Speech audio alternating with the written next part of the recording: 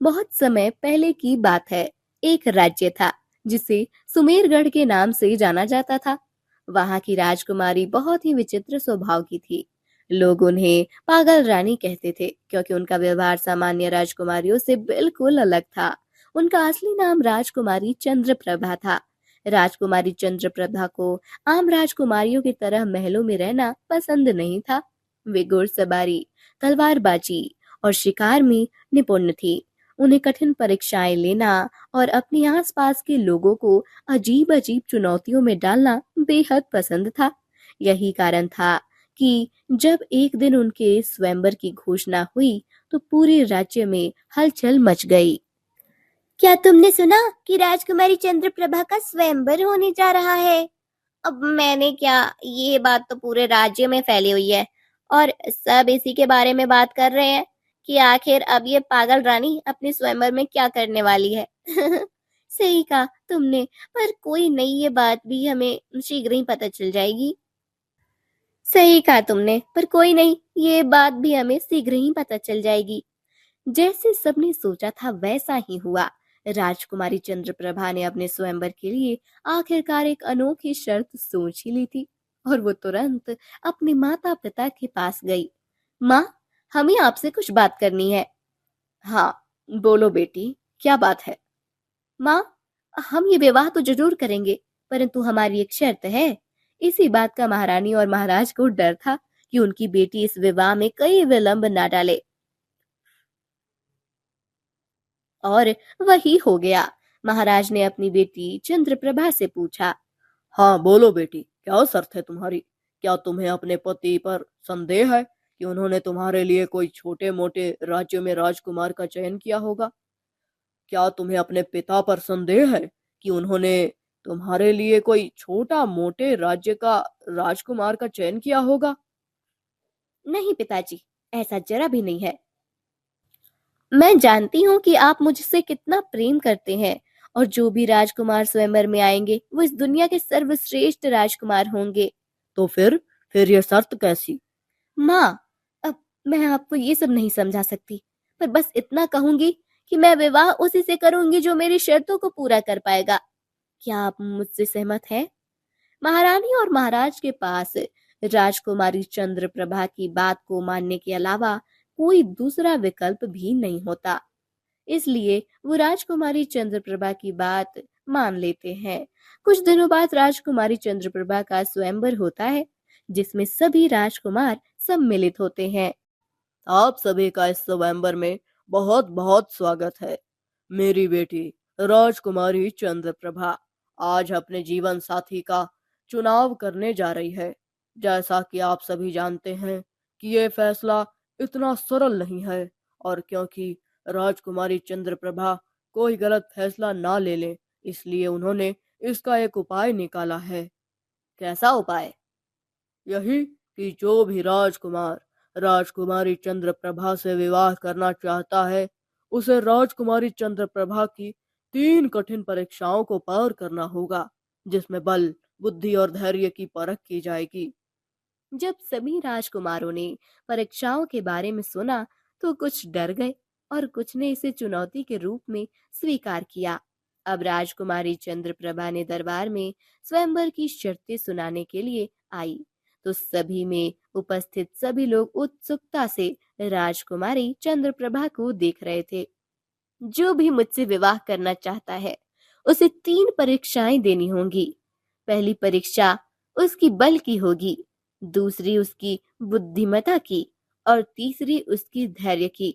जो इन तीनों में सफल होगा वही मेरा जीवन साथी बनेगा। सभा में मौजूद सभी राजकुमारों में से एक राजकुमार ने चंद्रप्रभा से प्रश्न किया।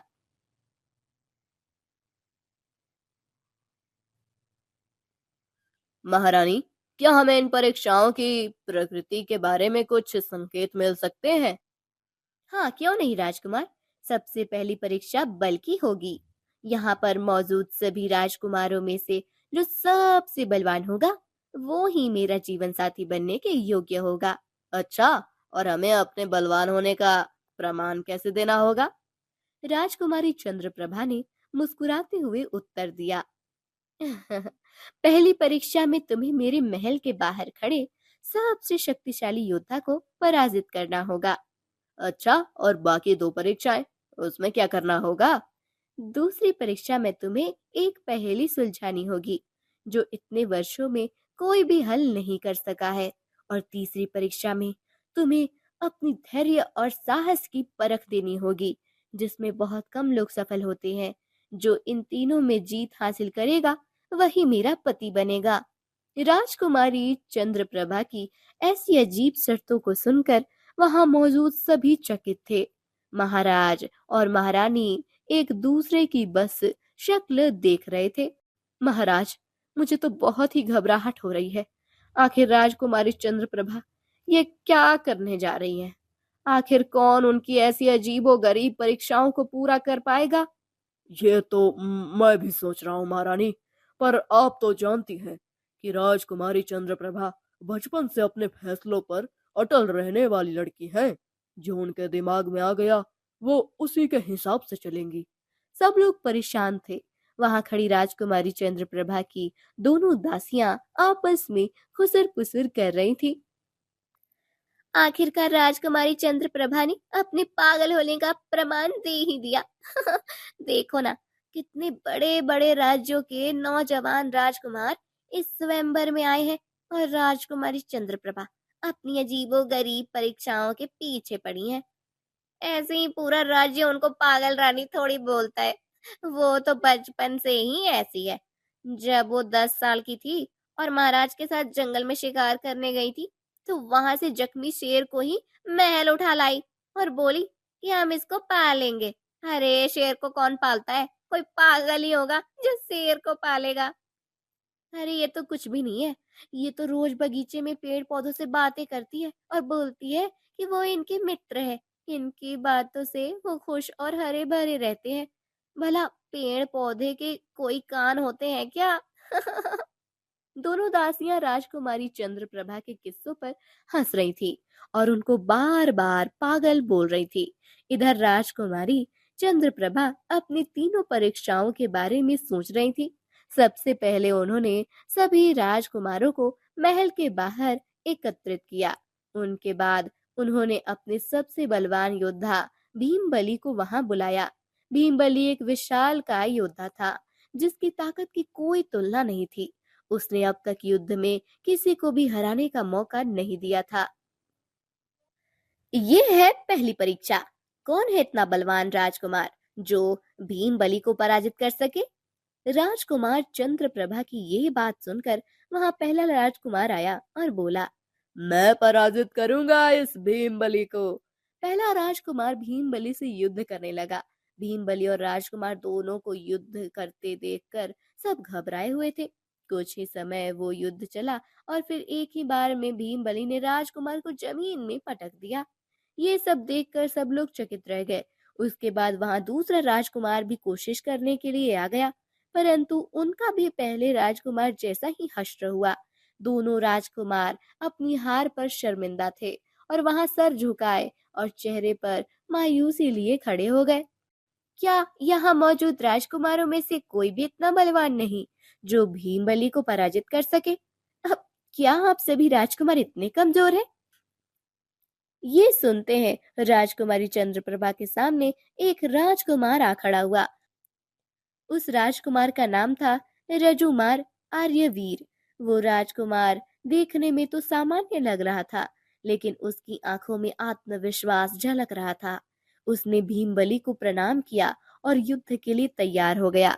कुछ ही क्षण में युद्ध आरंभ हुआ और आर्यवीर ने अपनी चतुराई से विक्रांत के बल का सामना किया। बल वो सीधे बल से नहीं लड़ा, बल्कि अपनी चालाकी और गति का उपयोग किया।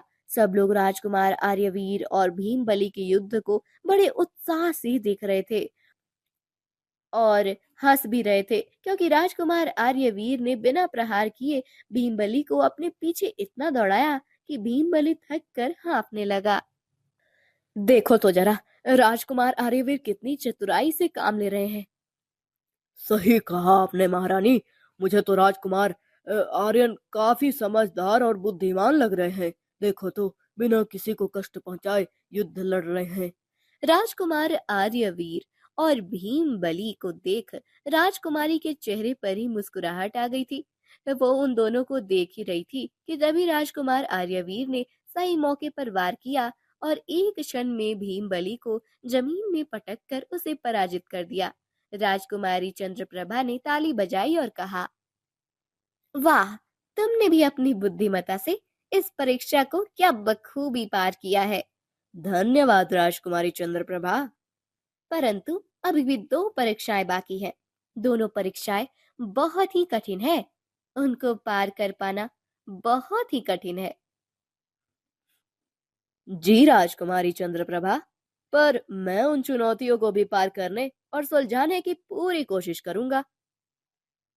ठीक है राजकुमार, अब है मेरी दूसरी परीक्षा। जैसा कि मैंने पहले बताया कि दूसरी परीक्षा में आपको एक पहेली को सुलझाना होगा। ये ऐसा पहेली है जो वर्षों से अनसुलझी है। ऐसी कौन सी पहेली है राजकुमारी, कृपया बताएं। एक ऐसा जीव बताओ जो सुबह 4 पैरों पर, दोपहर में 2 पैरों पर और रात में 3 पैरों पर चलता है। एक एक करके वहां मौजूद सभी राजकुमारों ने उसका उत्तर देने का प्रयास किया, पर उनके अजीबोगरीब उत्तर सुनकर सभी व्यक्ति उन पर हंसने लगे। आखिर में राजकुमार आर्यवीर ने फिर प्रयास किया और मुस्कुराते हुए उत्तर दिया, इसका उत्तर है मानव। बचपन में वो 4 पैरों पर चलता है, हाँ, जवानी में 2 पैरों पर और बुढ़ापे में एक लाठी के सहारे 3 पैरों पर।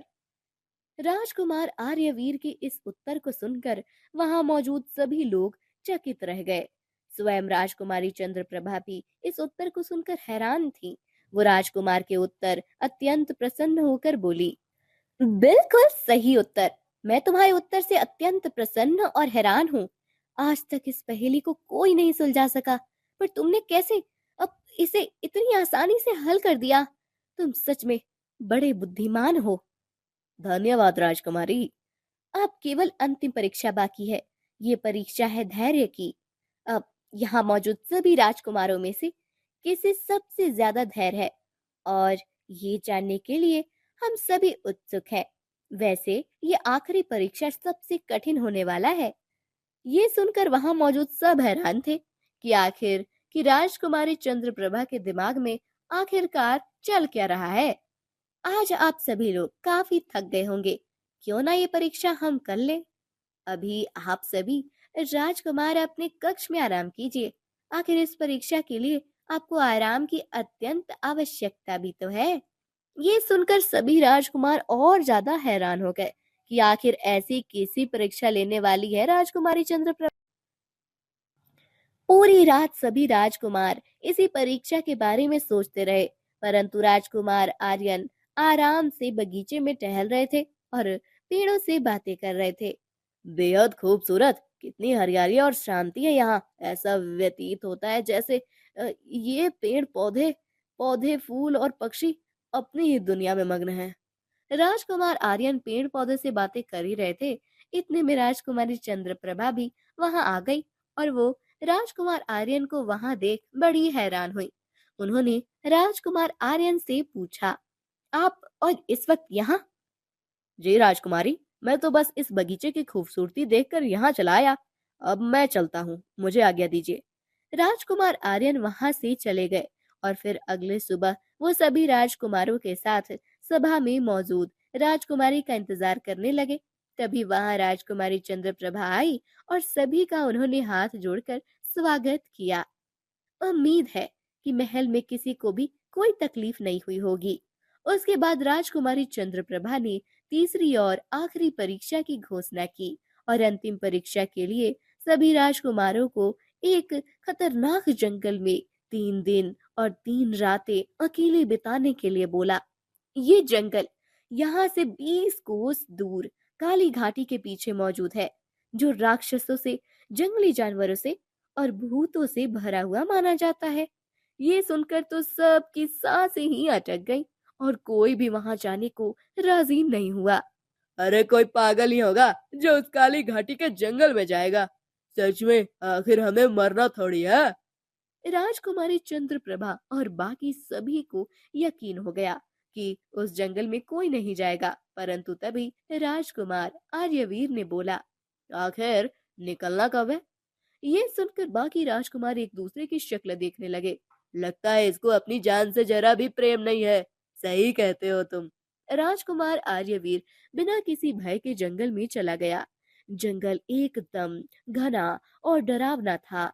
राजकुमार आर्यवीर एक नदी ने एक बड़े से वृक्ष के नीचे आराम से बैठ गया। रात को सोते वक्त वहां एक शेर आ गया, जिसकी दहाड़ से राजकुमार आर्यवीर की अचानक आंखें खुल गईं। मुझे इस वक्त धैर्य से काम लेना होगा। अगर मैं बिना हलचल किए एक मृतक की तरह लेटा रहूंगा, तो ये शेर मुझ पर हमला नहीं करेगा। शेर राजकुमार आर्यवीर के पास आया और सूंघने लगा। चारों तरफ सूंघकर शेर को ऐसा लगा कि राजकुमार जीवित नहीं है, और वो शेर चुपचाप वहां से चला गया। राजकुमार ने उस वक्त संयम, समझदारी और धैर्य से काम लिया और आखिरी परीक्षा भी पार कर दी। अगले दिन राजकुमार आर्यन सुरक्षित महल लौट आए और उनको जीवित देख सब हैरान रह गए। पर राजकुमारी चंद्रप्रभा को हैरानी नहीं, बल्कि बेहद प्रसन्नता थी। उन्होंने प्रसन्न होकर घोषणा कर दी और बोला, जैसा कि आपने देखा कि राजकुमार आर्यवीर ने सभी परीक्षाएं सफलतापूर्वक पार कर ली है, इसलिए अब यही मेरे योग्य जीवन साथी है। मैं राजकुमार आर्यवीर से ही विवाह करूंगी। ये सुनकर महारानी और महाराज के चेहरे पर खुशी की लहरें दौड़ गईं। राजकुमार आर्यवीर भी बहुत प्रसन्न हुए। महल में भव्य विवाह संपन्न हुआ। पूरे राज्य में खुशियां मनाई गईं। राजकुमारी चंद्रप्रभा को आखिरकार एक ऐसा साथी मिला जो न केवल बलशाली था, बल्कि बुद्धिमान और धैर्यवान भी था। विवाह के बाद राजकुमारी चंद्रप्रभा और राजकुमार आर्यवीर साथ में बगीचे में टहल रहे थे। राजकुमारी, पता है, जब हमने आपको पहली बार देखा था, तो आपकी आंखों में इतना तेज और हिम्मत देखकर मैंने ठान लिया था कि आपसे विवाह करने के लिए मैं कुछ भी करूंगा। और आप हमारे लिए इतने खतरनाक जंगल में भी चले गए। अगर वो शेर आपको खा जाता तो हम खुशी खुशी उसका भोजन बन जाते और आखिरी वक्त में आपको अपने अगले जन्म के लिए मांग लेते। इस बात पर राजकुमारी चंद्रप्रभा मुस्कुराकर और शर्माकर बोली, हम आपको कुछ होने नहीं देते। जब हमने आपको पहले बार इसी बगीचे में पेड़ पौधों के साथ इतने प्रेम से बातें करते देखा था, उसी दिन हमने फैसला कर लिया था कि अपने जीवन साथी के रूप में हम आपको ही चुनेंगे। और आपने फिर भी हमें इतने घने और खतरनाक जंगल में भेज दिया। ये तो आपने सही नहीं किया। आप अभी हमारे साथ चलिए, हमें आपको कुछ दिखाना है। परंतु कहाँ? आप चलिए तो। राजकुमारी चंद्रप्रभा राजकुमार आर्यवीर को उसी जंगल में लेकर जाती है। राजकुमारी, आप ये हमें उसी जंगल में क्यों ले आई? आप नहीं जानती, ये जंगल बहुत खतरनाक है और यहाँ आप सुरक्षित नहीं है। कहीं वो शेर दोबारा आ गया तो? हमें अपनी जान की परवाह नहीं है, परंतु आपको एक खरोच भी आए, ये हम बर्दाश्त नहीं कर पाएंगे। हमें कुछ नहीं होगा, आप बस शांत रहिए। राजकुमारी चंद्रप्रभा जंगल में इधर उधर देखने लगी और फिर उन्होंने जोर से आवाज दी, बादल, बादल, कहाँ हो तुम? देखो, हम तुमसे मिलने आए हैं। ये बादल कौन है? आप किसे आवाज दे रही हैं? राजकुमार आर्यवीर कुछ सोच पाते इससे पहले ही वही शेर राजकुमारी चंद्रप्रभा के पास दौड़ता हुआ आया। राजकुमार आर्यवीर की आंखें फटी की फटी रह गई। उन्होंने जल्दी से अपनी तलवार निकाली, परंतु तभी वो शेर राजकुमारी चंद्रप्रभा के कदमों में आकर रुक गया और राजकुमारी बेप्रेम से उसके सर पर हाथ फिराने लगी। ये देख राजकुमार आर्यवीर दंग रह गए। आप यही सोच रहे हैं ना कि आखिर ये शेर हमें कुछ क्यों नहीं कर रहा? दरअसल बचपन में हम एक बार जब पिताजी के साथ शिकार पर निकले थे, तो हमने एक छोटे से शेर के बच्चों को जख्मी देखा, जिसकी माँ वहीं पास में मरी पड़ी थी। हम उस शेर के बच्चे को तुरंत महल ले आए और जब तक वो ठीक नहीं हो गया, उसे हमने अपने पास ही रखा। हम दोनों में बड़ी ही जल्दी घनी मित्रता हो गई थी, परंतु हमें उसे उसके घर उसके जंगल में छोड़ना पड़ा। क्या? सच में? जी राजकुमार, और वो शेर यही है। हम अक्सर इससे मिलने यहाँ आते हैं और यहाँ के सभी जानवर हमारे मित्र हैं। उस रात बादल आपके पास आया तो था, परंतु हमने उसे पहले ही बता दिया था कि आप हमारे होने वाले जीवन साथी हैं। हम बस चाहते थे कि आप तीसरी परीक्षा भी पार करें, परंतु आपकी सुरक्षा करना हमारा धर्म था। सच में राजकुमारी, आपने कितनी समझदारी से तीसरी परीक्षा भी ले ली और हमें कुछ होने भी नहीं दिया। बस फिर राजकुमार आर्यवीर और राजकुमारी चंद्रप्रभा एक दूसरे की आंखों में देखते रहे, और उस पल वो सबसे सुंदर दृश्य था जिसे देख बादल भी शर्मा गया।